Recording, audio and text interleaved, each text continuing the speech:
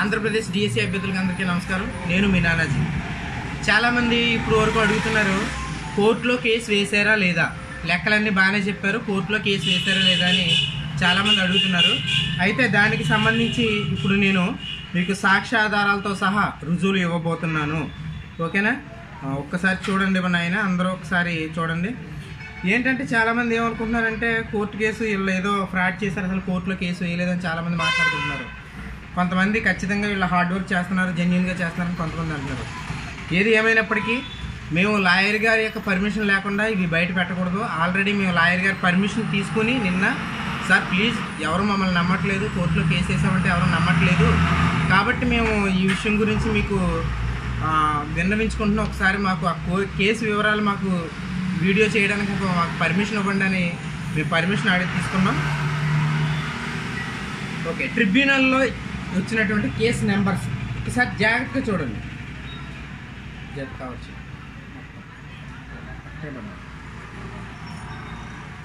AP ట్రిబ్యునల్లో case numbers ఇవి.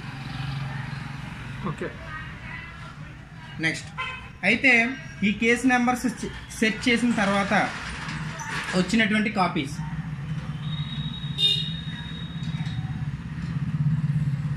Okay, అయితే ప్రింట్లు మాకు స్క్రీన్ షాట్ల వల్ల ప్రింట్లు సరిగ్గా రాలేదు, మీకు ఈ విధంగా వస్తాయి.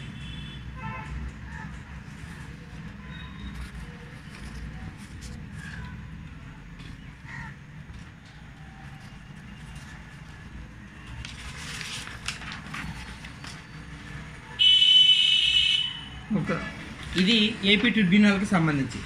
ఇక హైకోర్టుకు వచ్చినటువంటి నెంబర్లు ఇదిగో చూడండి.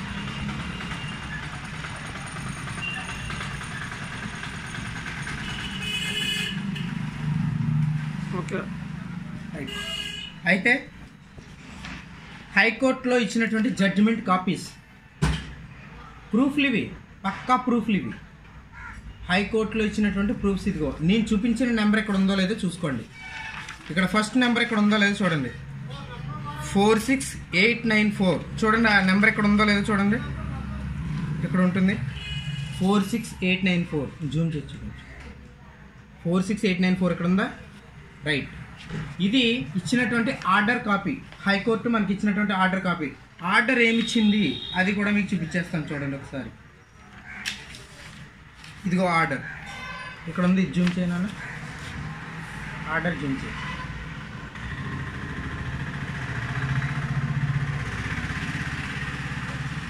అర్హులైన వాళ్ళందరికీ కూడా ఉపయోగపడేలాగా ఎన్సిటిఈ రూల్స్ స్ట్రిక్ట్గా ఫాలో కమ్మని హైకోర్టు ఇచ్చినటువంటి కాపీ, ఆర్డర్ అన్నమాట.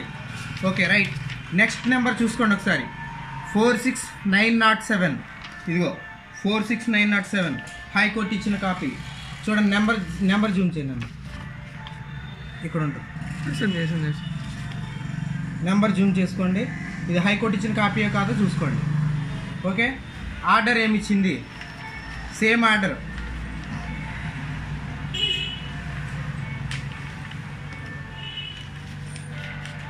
ఆర్డర్ ఎవరికి ఇచ్చిందో కూడా కింద ఉంది, ఒకసారి చూడండి.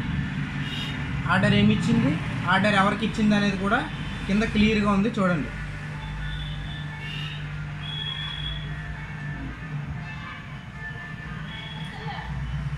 రైట్.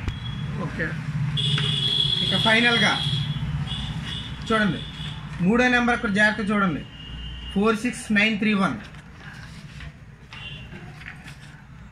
ఇదిగో 46931 హైకోర్టు ఇచ్చిన కాపీ. ఓకే, చూడండి ఆర్డర్ ఏమి ఇచ్చింది.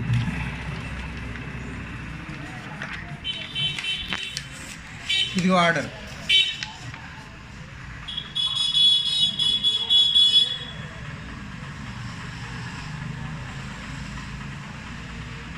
ఓకేనా? ఓకే, మీ అందరి సందేహాలు తీరినట్టేనా? హైకోర్టుకి వెళ్ళారా, ట్రిబ్యునల్ కోర్టుకి వెళ్ళారా లేదా, ఇంకా సాక్ష్యాధారాలు చూపిస్తే నమ్మము అని చాలామంది అన్నారు. కాబట్టి ఇవి లాయర్ గారు చీవాట్లు పెట్టినప్పటికీ కూడా మేము బయటికి తీసుకొచ్చి ఆయన పర్మిషన్ తీసుకొని మీకు చూపించడం జరిగింది. ఇప్పుడు కూడా వీళ్ళు కోర్టుకి వెళ్ళారా లేదా, మాకు ఇంకా చాలా సందేహాలు ఉన్నాయనుకుంటే మేము చేసేది ఏం లేదు, ఎందుకంటే ఇవి పక్కా ప్రూఫ్లతో సహా చూపించాం మీకు. కావాలంటే మీరు ఈ నెంబర్లు చూసుకోండి, ఒకసారి స్క్రీన్ షాట్లు పెట్టుకోండి. ఆ నెంబర్లో ఒకసారి సెర్చ్ చేయండి. అప్పుడు మీకు వస్తున్నాయో లేదో ఒకసారి జాగ్రత్తగా గమనించండి. ఓకేనా? అంతేగాని వాళ్ళు కోర్టుకి వెళ్ళలేదు, మాకు తెలుసు, మేము చాలామంది లాయర్ని కలిసామని చెప్పి చాలామంది మాట్లాడుతున్నారు. చాలా పొరపాటు అండి. మేము చేస్తున్న హార్డ్ వర్క్ మీరు చేయలేరు. నేను ఖచ్చితంగా చెప్తున్నాను ఈ విషయం. ఇన్ని మాటలు పడుతూ ఇలా చేస్తున్నామంటే మాకు చాలా ఓపిక ఉంది. మీతో తిట్టించుకోవడానికి ఇవన్నీ చేస్తున్నట్టుంది.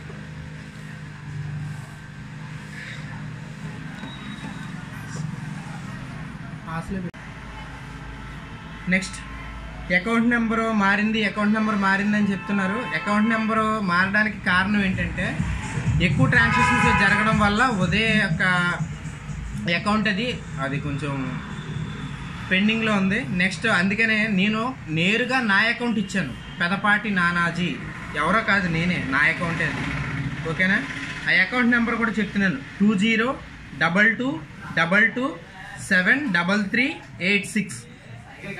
ఐఎఫ్ఎస్సి కోడ్ కూడా చెప్తున్నాను. ఐఎఫ్ఎస్సి కోడ్ ఏంటంటే SBIN 0014774. ఇది IFSC code. Next branch code 14774. ఇవి నా అకౌంట్ వివరాలు. మీకు నేరుగానే నా అకౌంటే ఇచ్చా, వేరే వాళ్ళు ఎవరి అకౌంట్ ఇవ్వలేదు. విషయం ఏంటంటే సుప్రీంకోర్టుకి ఎప్పుడు వెళ్తారని చాలామంది అడుగుతున్నారు. సుప్రీంకోర్టుకి వెళ్ళడానికి మాకు ఎక్కువ సమయం అవసరం లేదండి, వెళ్ళిపోతాం. కానీ అక్కడ ఆయన అడిగినటువంటి అమౌంట్ కనీసం 1/3 కూడా రాలేదు మన దగ్గరికి. ఏం రాకుండా మనం ఎలా వెళ్ళిపోతామండి? ఫీజు పే చేయకుండా ఏ లాయర్ అన్నా కేసు టేకప్ చేస్తారా చెప్పండి?